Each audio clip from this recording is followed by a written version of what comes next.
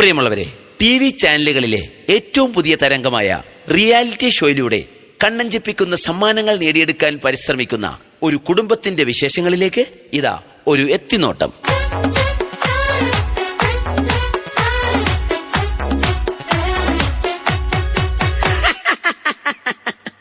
നമസ്കാരം, ഞാൻ ആന്റപ്പൻ, ഈ വീടിന്റെ ഗൃഹനാഥൻ. ആന്റപ്പൻ എന്ന പേര് പോലെ തന്നെയാണ് എന്റെയും അവസ്ഥ. ഈ വീട്ടിലുള്ള എന്റെ കുരുത്തങ്കെട്ട മക്കൾ എവിടെ പോയി എന്തടങ്ങേറുണ്ടാക്കിയാലും അവരുടെ പേരിന്റെ കൂടെ ആൻഡ് അപ്പൻ എന്നുകൂടെ അങ്ങ് ചേർക്കും. അതായത് ആന്റപ്പൻ എന്റെ പേര്. അതോടെ ഞാനും ഇടങ്ങേറിലാവും.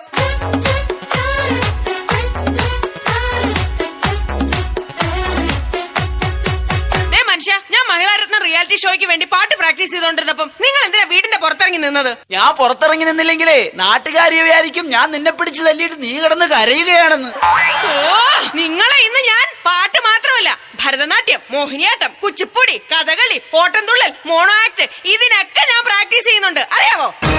ഇതാണ് ആന്റപ്പന്റെ ഭാര്യ റോസിക്കുട്ടി. റിയാലിറ്റി ഷോയിൽ പങ്കെടുത്ത് താരമാകാൻ അരയും തലയും മുറുക്കി ഒരുങ്ങിയിരിക്കുകയാണിവർ.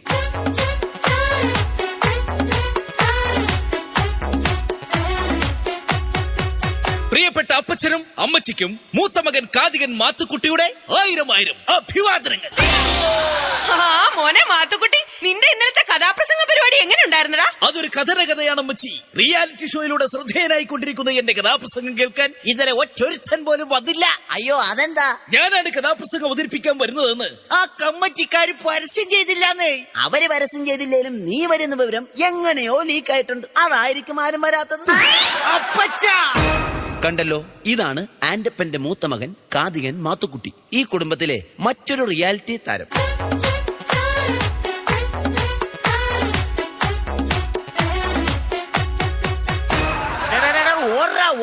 എന്റെ കൺമുമ്പിൽ കണ്ടുപോരുത് അവന്റെ ഒരു ഒടുക്കത്തെ സിനിമാറ്റിക് ഡാൻസ്. എന്താ അപ്പ ചെയ്ത്? അല്ല, അവൻ എന്നാ ചെയ്തിട്ടാ? ഇന്ന് രാവിലെ ഞാൻ കുളിക്കാൻ കയറിയ നേരത്തെ ഇവൻ ഫയർ ഡാൻസിന്റെ റിഹേഴ്സൽ ആണെന്ന് പറഞ്ഞ് മണ്ണെണ്ണ വായിലെടുത്തിട്ട് തീ ഊതി. ഞാൻ അലക്കിട്ട എന്റെ ആകെ കൂടെയുള്ള 2 മുണ്ടിവൻ കത്തിച്ചു കളഞ്ഞ്. അറിയാമോ നിനക്ക്? അപ്പൊ നിങ്ങൾ ഇപ്പൊ കൊടുത്തിരിക്കുന്നതോ? ദേ, ഇത് നിന്റെ അടിപ്പാവാടയാ. ഈ വന്നതാണ് ഈ വീട്ടിലെ ഇളയ താരം, സിനിമാറ്റിക് ഡാൻസുകാരൻ ജോണിക്കുട്ടി. ഇതും മറ്റൊരു റിയാലിറ്റി താരമാണ്. ചാനലൊന്നു തുറക്കുമ്പോൾ കാണാം അതിലെന്നും റിയാലിറ്റി ഷോയുടെ തരംഗം. എത്ര കലകളെ പലരും എടുത്തിട്ട് SMS കുരുക്കുവാൻ ബഹളം.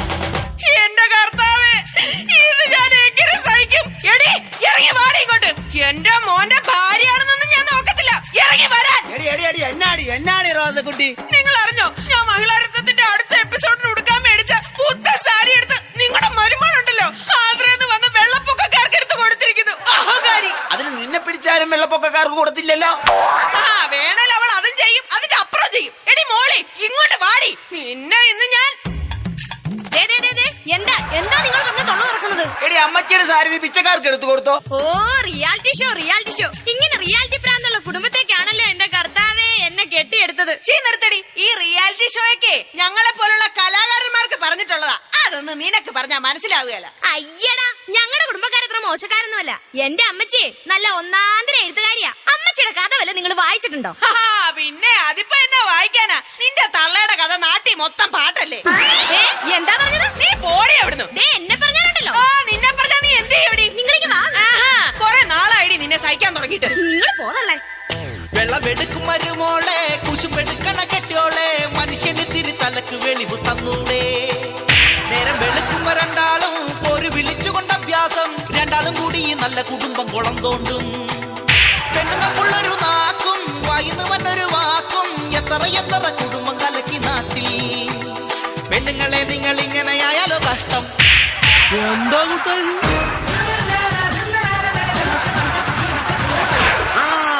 വന്നല്ലോ എല്ലാത്തിനും കുറ്റം പറയണ എന്റെ പൊന്നാരളിയൻ വന്നല്ലോ. എന്താ ഇതളിയ? പെങ്ങളെ, മോളെ തല്ലുന്നത് അപ്പനായാലും ഭർത്താവായാലും ഒരു താളവും ബോധമൊക്കെ വേണ്ടേ? എന്റെ പൊന്നളിയ, എരിയുന്ന തീയിൽ എണ്ണ ഒഴിക്കാതെ ഒന്ന് കടന്നു പോകുന്നുണ്ടോ? അല്ലളിയ, ഷഡ്ജം ഒന്ന് ഇറങ്ങി പോടാ.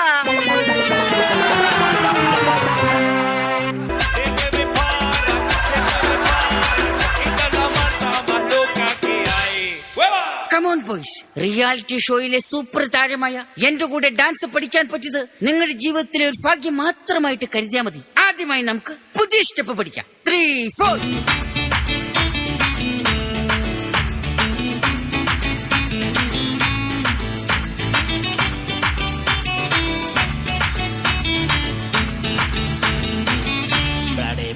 അപ്പൊ ഓക്കെ, ഇപ്പൊ മനസ്സിലായല്ലോ. മാഷിനെ കൊണ്ട് വീട്ടില് ഭാര്യ തുണിയലപ്പിക്കുന്ന ആക്ഷൻ ആണല്ലേ ഞങ്ങളെ ഡാൻസ് ആണെന്നും പറഞ്ഞ് പഠിപ്പിക്കണത്. ഈ സ്റ്റെപ്പ് ഞങ്ങൾ അടിച്ച് തകർക്കും. 3, 4.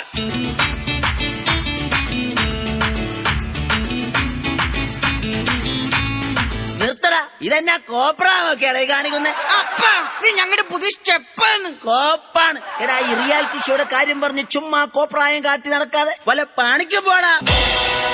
അച്ഛാ, നാളെ എന്റെ കഥാപ്രസംഗ മത്സരത്തിന്റെ ഫൈനലിലേക്കുള്ള സെലക്ഷനാ. അപ്പൊ ഇവരാരാ? ഓർക്കസ്ട്രയുടെ ചെലവ് കുറക്കുവാനായിട്ട് ഞാൻ കൊണ്ടുവന്ന മിമിക്രിക്കാരാ.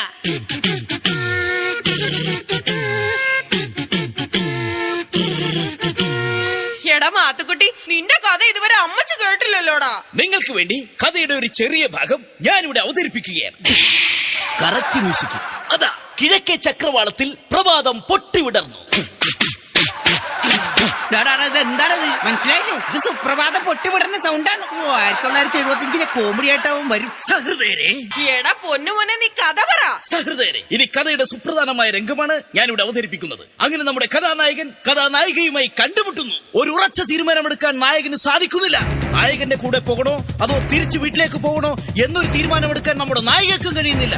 നായകന്റെ കൂടെ പോകണോ അതോ വീട്ടിലേക്ക് പോകണോ? വീട്ടിലേക്ക് പോകണോ അതോ നായകന്റെ കൂടെ പോകണോ? നായകന്റെ മനസ്സു വീണ്ടും അങ്കമാലിയിലായി. അങ്കലാപ്പിലായി. അവൻ ചിന്തിക്കുകയാണ്, നായികയും കൂട്ടി വീട്ടിലേക്ക് പോകണോ അതോ ഒറ്റയ്ക്ക് പോകണോ? നായികയും കൂട്ടി വീട്ടിലേക്ക് പോകണോ അതോ ഒറ്റയ്ക്ക് പോകണോ?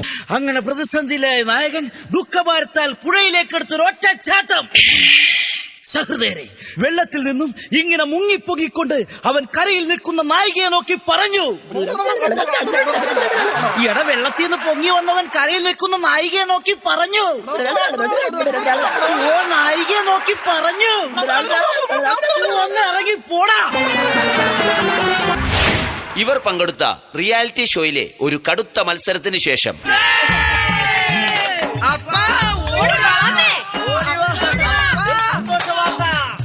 എന്റേതാ മക്കളെ കാര്യം.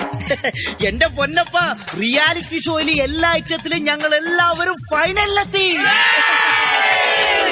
മനുഷ്യ കേട്ടോ, ഞങ്ങൾ എല്ലാരും ഫൈനലിലെത്തിയത്. അപ്പൊ നമുക്ക് എല്ലാവർക്കും ഫ്ലാറ്റ് കിട്ടുമോ? ജയിച്ചു കഴിഞ്ഞാ ഓരോരുത്തർക്കും ഓരോ ഫ്ലാറ്റ്.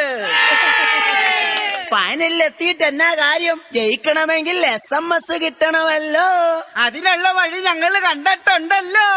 അതെന്താണ് ആ വഴിയൊന്ന് പറഞ്ഞു തന്നാട്ടെ. അടിച്ചോടിക്കണ അപ്പച്ചന്റെ കയ്യും കാലും.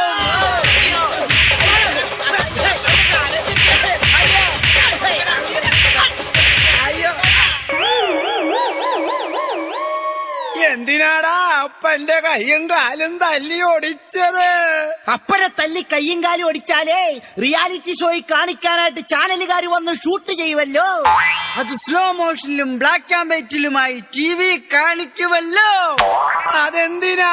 അപ്പൊ ജനങ്ങള് മൊത്തം കണ്ട് ഞങ്ങളോട് സെന്റിമെന്റ്സ് അടിച്ച് SMS ചെയ്യുമല്ലോ. അപ്പൊ SMS കിട്ടി ജയിച്ച് എല്ലാവർക്കും ഫ്ലാറ്റ് കിട്ടുമല്ലോ. പ്രിയമുള്ളവരെ, കലാകാരന്മാരുടെ ദുഃഖങ്ങളും ദുരിതങ്ങളും സഹതാപങ്ങളും വിറ്റ് കാശാക്കുന്ന ഇവിടുത്തെ ചാനലുകളിൽ തലകാട്ടാൻ ആക്രാന്തം കാണിക്കുന്നവരോട് എന്റെ കുടുംബത്തിന് ഇനി എന്താണ് പറയാനുള്ളത്? ചാനലിൽ പാടുവാൻ ആക്രമം കാട്ടുന്ന ചെല്ലക്കിളികളെ നിങ്ങളെന്നോർക്കണം. എന്തൊക്കെ പാടിയാലും കിട്ടൂലെന്നോർക്കണം. SMS ഇല്ലെങ്കിൽ ഇല്ലില്ല സമ്മാനം. ചാനലിൽ പാടുവാൻ ആക്രമം കാട്ടുന്ന ചെല്ലക്കിളികളെ നിങ്ങളെന്നോർക്കണം. എന്തൊക്കെ പാടിയാലും കിട്ടൂലെന്നോർക്കണം. SMS ഇല്ലെങ്കിൽ ഇല്ലില്ല സമ്മാനം. SMS ഇല്ലെങ്കിൽ ഇല്ലില്ല സമ്മാനം.